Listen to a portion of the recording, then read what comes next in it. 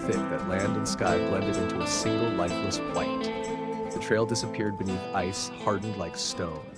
In the middle of that frozen expanse, a wagon with a broken axle lay tipped to one side. Its wooden frame was split open. A torn canvas tarp snapped in the wind, fluttering like a flag of surrender. On the wagon, a woman lay motionless. Her skin was pale. Snow covered her hair, her chest, even her face, as if winter itself were slowly burying her. Jones pulled on the reins and brought his horse to a stop. He dismounted, walked slowly, knelt beside the wagon. He touched the woman's wrist, cold, rigid, no pulse. Jones wasn't surprised. Every winter, the West claimed a few lives like this, migrants, people searching for a place to survive and never making it there. He stood up, then he heard it. Not the wind screaming through the mountain pass, not the crunch of snow beneath hooves. Breathing, weak, broken, as if someone were forgetting how to inhale. Jones froze. He crouched and looked beneath the wagon. A small girl was curled up there, wrapped in a thin coat. Her eyes were tightly shut. Her lips were pale. Her breathing was so faint that snowflakes had begun to cling to her eyelashes. Jones straightened slowly. He looked around. The road was empty. No fresh tracks. No hope. Winter showed mercy to no one. Jones knew exactly who he was. A bounty hunter, a man who lived by following tracks, a man who could die any day and who could just as easily cause others to die. Carrying a child meant carrying danger. Jones turned away, and at that exact moment, the girl let out a tiny sound. Not a cry, not a call, just a faint, instinctive noise like the last grip on life when it senses it is about to be abandoned. Jones stopped dead. That sound struck straight through him. Memories long buried surged up like snow breaking through ice. People called him the silent bounty hunter. Some said he lost his tongue in a violent settlement. Others claimed he chose silence after too much blood. But Jones knew the truth. He could still speak. It was just that every time he did, a gunshot usually followed, and anyone who heard his voice didn't live long enough to tell the story. But this time was different. Jones took off his heavy coat, kneeled in the snow, wrapped the child inside it, pressing her close to his chest. After a moment, that fragile breathing grew warmer, more even. Jones lifted the girl into his arms. He opened his mouth. His voice was rough, slow, like something that hadn't been used in a very long time. Let's go home. There was no gunshot, no one fell, only the winter wind sweeping across the white road. And from the moment Jones spoke and no one fell, only a child was saved, his life shifted onto a different path. From a man who hunted people for a living, he was forced to learn something completely unfamiliar: how to protect a life. A small choice, made in a ruthless winter, but one powerful enough to change everything. What would become of Jones now that he could no longer turn his back and walk away? If you wish to continue walking with Jones down that road, stay with Jones Western Stories and listen to what lies ahead. Jones settled the girl in front of the saddle. He didn't ask her name, not because he forgot, but because he feared that the moment he spoke a name, the child sitting before him would become his. His throat tightened whenever that thought crossed his mind. He had once had something of his own, and he had lost everything. The girl was light, light as straw dried too long in the sun, so light that Jones placed his hand on her back again, feeling the fragile rise and fall beneath the coat. Still alive. Truly. She didn't cry, didn't call out. She only trembled. Jones pulled his collar higher, wrapping her more tightly. Then he removed his old scarf, the one that had followed him through more than 10 winters, soaked with smoke, sweat, and gunpowder, and wrapped it around her neck. His movements were clumsy. His fingers weren't made for gentle work. The scarf slipped. Jones adjusted it. His hands were shaking, not from the cold, but from a familiar feeling, the feeling of a man doing something he wasn't sure he had the right to do. He turned and looked back at the broken wagon. The woman lay there half buried in snow. Her skin was pale, stiff as rotting wood. Her face was heartbreakingly calm, as if she had accepted this ending long ago. In the West, death didn't need a grand reason: a storm, a broken wheel, an empty canteen. Jones had passed countless bodies. Some deserved it. Some were simply unlucky. But this time, he didn't ride away immediately. Jones climbed down from the saddle. Snow crunched beneath his boots. The wind whistled through the rocks like the breath of an old spirit. He took the folding shovel from his saddlebag. He chose the softest patch of ground, beside a broken cactus where the snow hadn't yet frozen solid. The earth was hard. Each strike bounced back with a dry, hollow crack. Jones bent and kept digging. Slow, steady. No one hurried him. No one watched. The child sat at the front of the saddle, her eyes following every movement. She didn't understand what was happening, but she didn't look away. Jones didn't say a prayer. He had never been good at that. He pulled the torn tarp over the woman's body, folded it neatly, as if the woman could still feel the cold. No coffin, no hymn, only snow, and a man accustomed to working alone. Jones picked up a flat stone. With the tip of his knife, he carved two words. Mother. The blade slipped once. He carved again, slower. Then Jones stood still. One breath. Two, as if waiting for someone to say, "That's enough." No one did. Only the child's faint, uneven breathing from the saddle, a fragile sound, yet strong enough to pull him back. Jones turned away. The road back to Dry Creek felt longer than he remembered. Not because of the distance, but because, for the first time in many years, he wasn't riding forward. He had turned back. Not for a bounty, not for duty, for a life. The horse walked slower than usual. Jones held the reins tighter. The child jerked under his coat whenever the wind cut hard. Jones stopped beside a rocky hollow where the wind broke. He dismounted, pulled her closer against his chest. For the first time in a long while, Jones realized his body was shielding someone else from the cold. He took out his tin flask, poured a little water into the cap, set it on the ground. The girl looked at the water, then at his hand. Then her gaze lingered on the gun at his hip. Jones understood immediately. She wasn't most afraid of hunger. She was afraid of adults. Jones stepped back. Then another half step. Both palms open, holding nothing, hiding nothing. The girl crawled forward, took the cap with trembling hands, drank so fast she choked. Jones flinched. An old reflex, the reflex of a man who had once held a child, once soothed one. But he stopped himself. Not because he didn't care, but because he knew one sudden movement might send her into panic. She coughed on her own, then drank again. A moment later, she lifted her head and looked straight at him. Not pleading, not begging, just the gaze of a small life that had run to the very end and had nowhere else to go. Jones's chest tightened. A memory rose, no clear image, only the feeling. A boy standing outside a grain shed, an empty stomach, dirty hands, watching people eat through a crack in the door, too afraid to ask. Not out of pride, but because the boy had learned very early, asking doesn't mean you'll be given anything. Jones turned away and opened the woman's cloth bag. He moved quickly. Not because he was in a hurry, but because he couldn't stand digging through someone else's life any longer than necessary.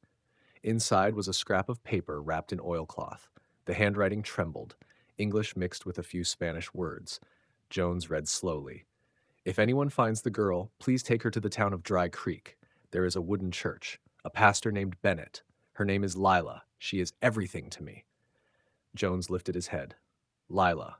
The name left his mouth softly, barely more than breath.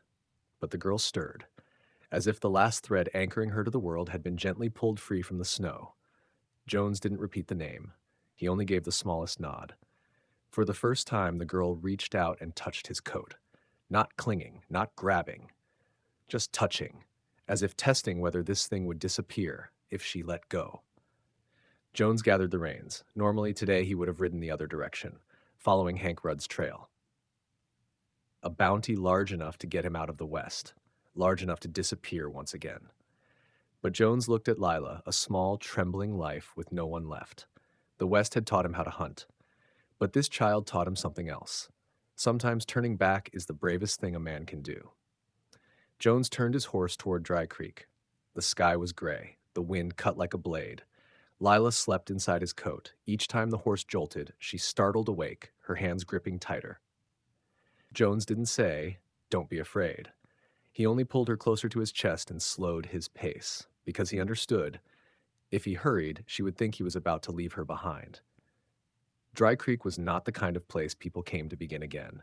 It was the kind of place they stopped when they no longer had the strength to keep going. One short main street, two saloons, one shuttered, one barely open. Martha Pike's general store, always short on supplies and long on opinions. And at the far end of the road, a wooden church stood in silence, as if it had been there before the town even had a name. When Jones rode in, a thin layer of snow rested on the porch roofs. People looked up, No one greeted him. No one asked questions. Bounty hunters weren't welcomed with warm bread. They were welcomed with eyes, and Jones was carrying a child. Lila clutched his coat. She didn't cry, didn't whimper. She only held on, as if letting go would cause the world itself to slip away. Jones swung down from the saddle. He bent lower than usual so that when Lila slid down, her hand could still reach his shoulder. A small movement, but deliberate. He felt the weight of stairs pressing into his back. Not cruel, just curious and cautious. That was how the West looked at anything unfamiliar. Jones straightened. By instinct, he shifted his body, placing himself between Leela and those eyes. At the end of the street, the church door opened. Warm air drifted out, carrying the scent of old pine wood and candle wax, just a little warmer than the wind outside. An elderly man stepped into view. White beard, gentle eyes, but not naive ones. Pastor Bennett. He noticed Lila first. Only then did his gaze lift to Jones. "My lord," he murmured, lowering his voice as if afraid to startle her. "The child, where did she come from?" Jones didn't answer with words. He took the folded paper from his coat and handed it to the pastor. Bennett read slowly. After each line, he paused. When he finished, he didn't speak right away. He turned back inside the church and returned with a bowl of hot soup. He set it on the wooden table, pulled out a chair, then stepped aside. No pressure, no commands, just space. Jones guided Lila forward. She ate quickly, but not greedily. Her eyes kept moving, as if memorizing every doorway, every corner. Bennett watched Jones. "Are you planning to leave her here?" Jones took another scrap of paper. He wrote slowly, the letters heavy. "Safe." Bennett read it.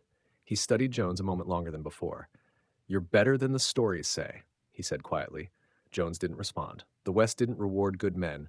It rewarded men who survived, and trouble never waited long. Outside, Martha Pike stood with her arms crossed, her voice loud enough for everyone to hear. "Where did that child come from?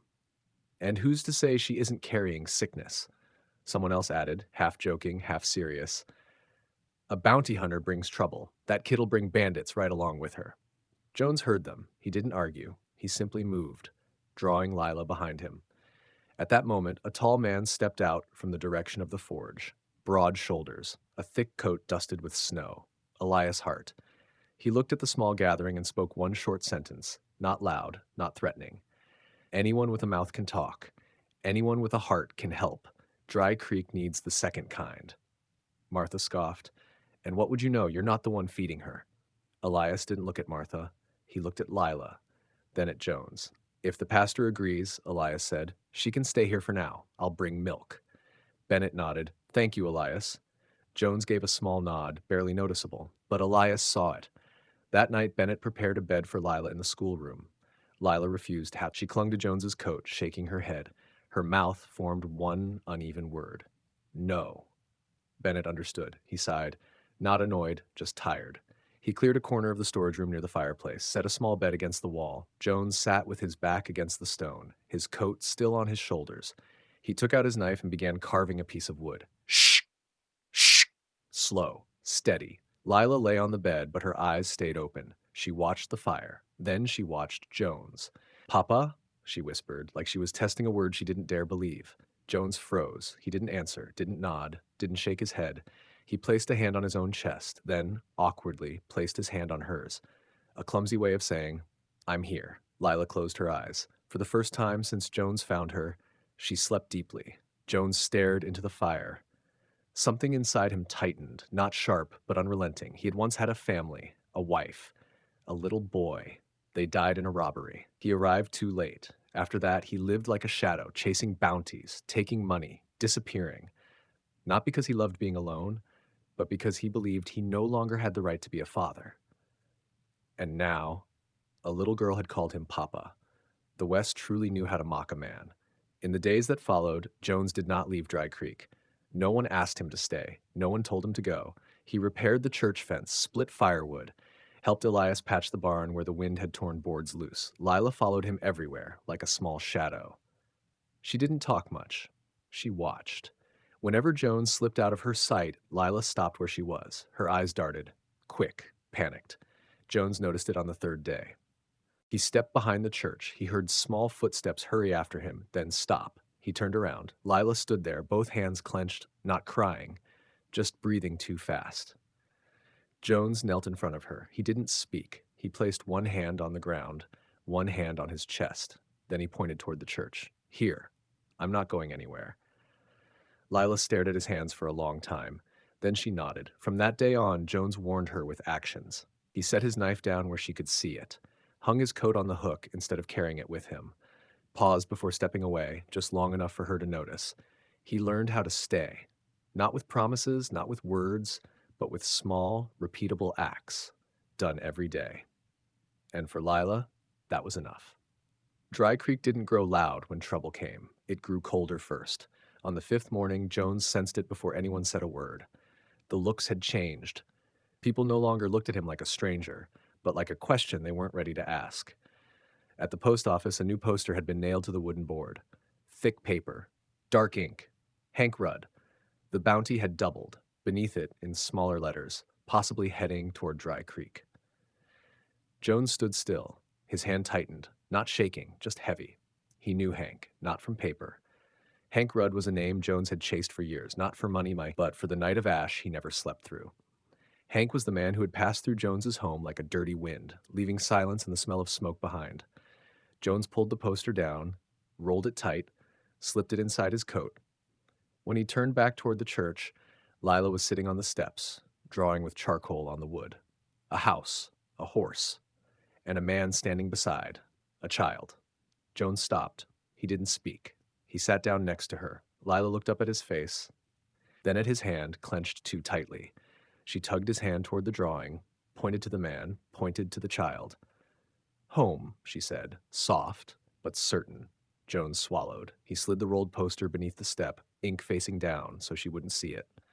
But in the West, you can't hide the smell of fear. That afternoon, Martha Pike came by the church, not to buy anything, just to talk. They say he's coming, she said, her voice measured. Every bounty hunter brings trouble.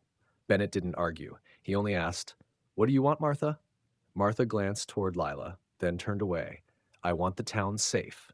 Jones stood behind the church door. He heard everything. He understood. That evening, Elias brought milk. He set the bottle on the table and spoke plainly. "Who is he to you?" Jones didn't answer right away. He took a piece of paper, wrote, "Past." Elias read it, then nodded. "The past has a way of coming back," he said. "But this town isn't where it gets to rule." Jones looked at Elias longer than usual. The look wasn't hostile. It was a question. "Will you stand?" Elias answered without words. He lifted his hunting rifle and hung it on the hook by the door. Visible. Unhidden. That night, a gunshot echoed in the distance. It hit nothing. It was a test. Lila jolted awake. Her heart raced. Her eyes were wide, as if the snow were filling her lungs again. Jones knelt in front of her. He placed one hand on the ground, then one hand on his chest, then one hand on her shoulder. Here. But Lila didn't settle. Every time Jones stood, she clutched his coat. Every time he moved toward the door, she pressed herself against the frame, counting his steps. So Jones began to warn her. When he stayed, he placed his hat on the table.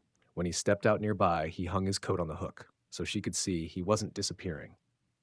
The next morning, a stranger rode into town. He didn't enter the saloon, didn't ask for directions. He stopped in the middle of the street, facing the church.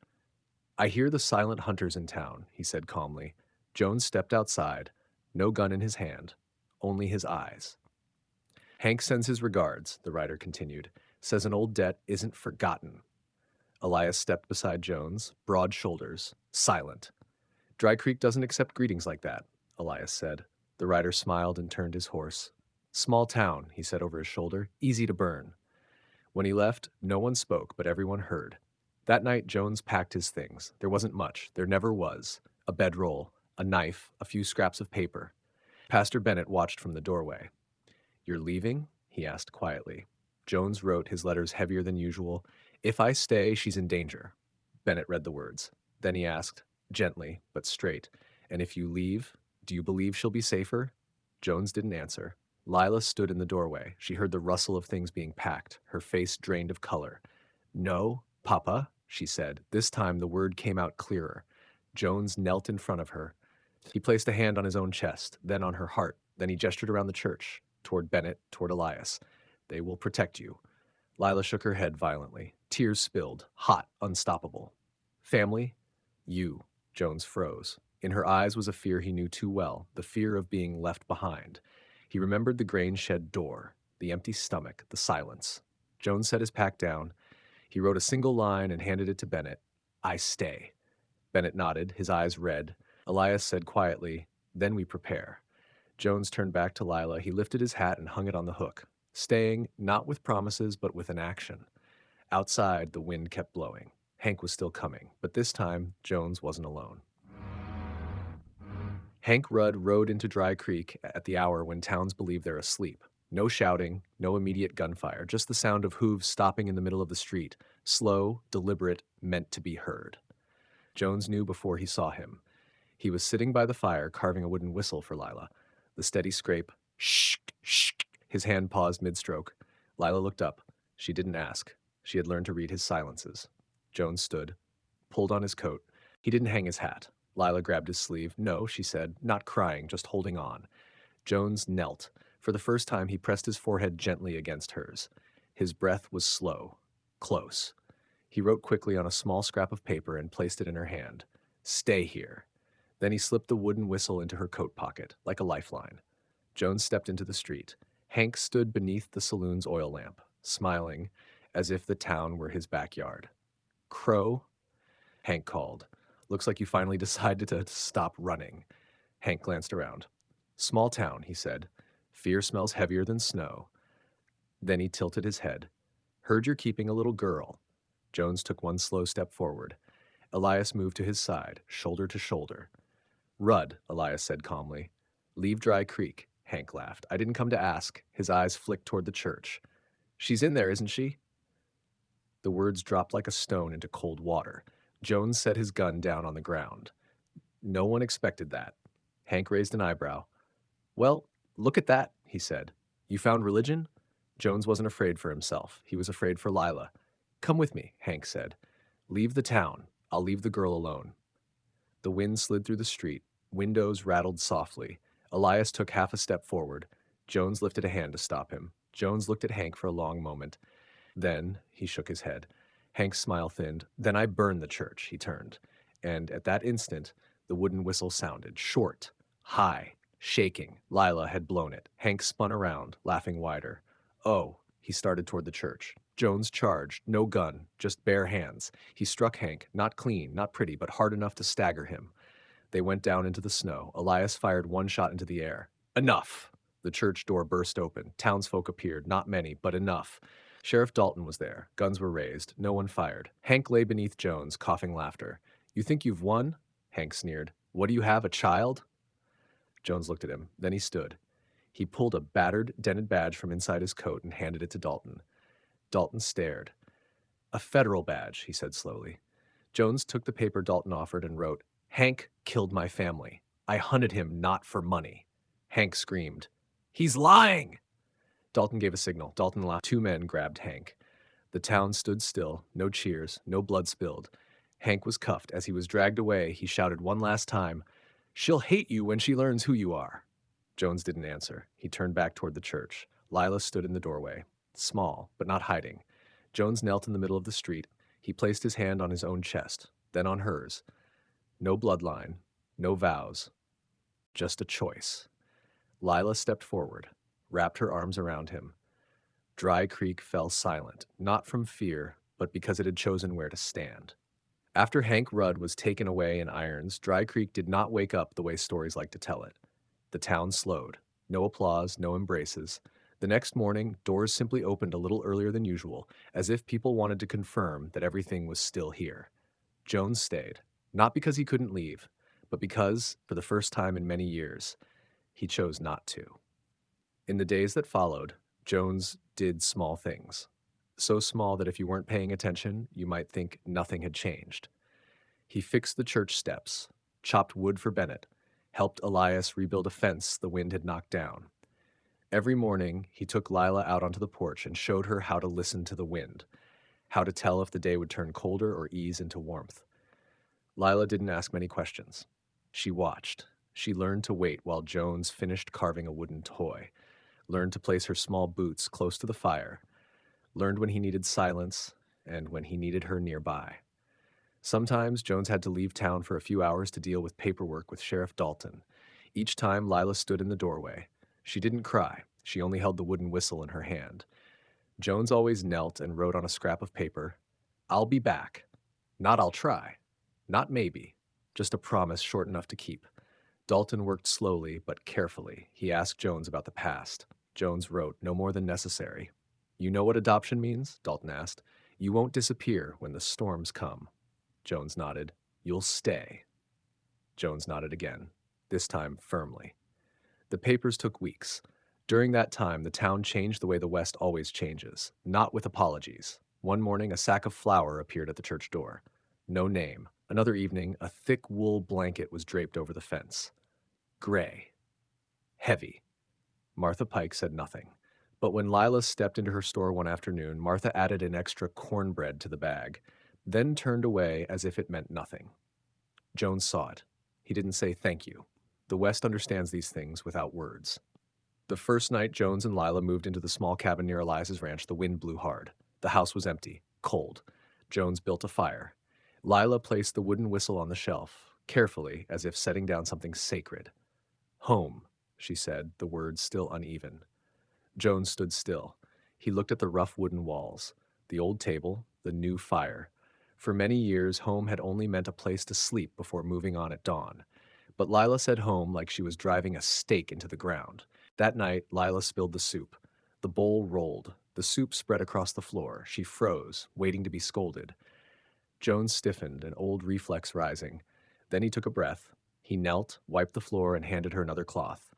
A gesture. "We clean it together." Lila wiped, then smiled, small but real. Jones understood then. Being a father doesn't mean never making mistakes. It means staying to fix them. The adoption papers arrived on a pale, sunlit morning. Bennett brought them. Dalton stood on the porch, his hat off. Lila hugged the papers and ran to Jones. "Papa." "Yes?" Jones looked at the words. His hands shook. He took a pencil and wrote slowly, heavily on the back of the document, "You are my family now." Lila didn't read everything, but she recognized the word family. She threw her arms around Jones, so tightly he had to shift his weight to keep balance. That night, the church held a small meal. Hot soup, cornbread, coffee, no speeches. No celebration. Bennett said only one sentence. "Family doesn't always begin with blood. Sometimes it begins with staying." Jones lowered his head. Winter slowly loosened its grip. The snow thinned, the wind still blew, but it no longer cut skin. One evening, Jones sat on the porch, repairing Lila's wooden whistle. She sat beside him, her feet swinging. "Papa," she said, this time clearer. Jones didn't answer, but he placed his hand on her shoulder, solid, warm, real. Lila leaned her head against his arm, and perhaps this was the thing the West never said out loud. Family isn't always where you're born. Sometimes it's where you stop running. The fire crackled, the child slept peacefully, a man stayed, and this time Winter didn't take anything more. And if you've walked through this winter with Jones and Lila, thank you, truly. Out west, people like to believe miracles must be loud, but sometimes a miracle is simply a door opening at the right moment, a bowl of hot soup, an extra chair pulled up to the table, and a man choosing to stay. If you love slow, warm Western stories, where kindness is stronger than blizzards, where those who once ran learn how to come back, where family isn't blood but a choice, then subscribe to Jones Western Stories and walk with us into the stories still ahead. And leave a comment to tell us, what do you think truly saved Jones? A child calling him Papa, or the moment he hung his hat on the hook and chose home for the first time. Until we meet again by a Western fire in the middle of a long winter, no longer alone.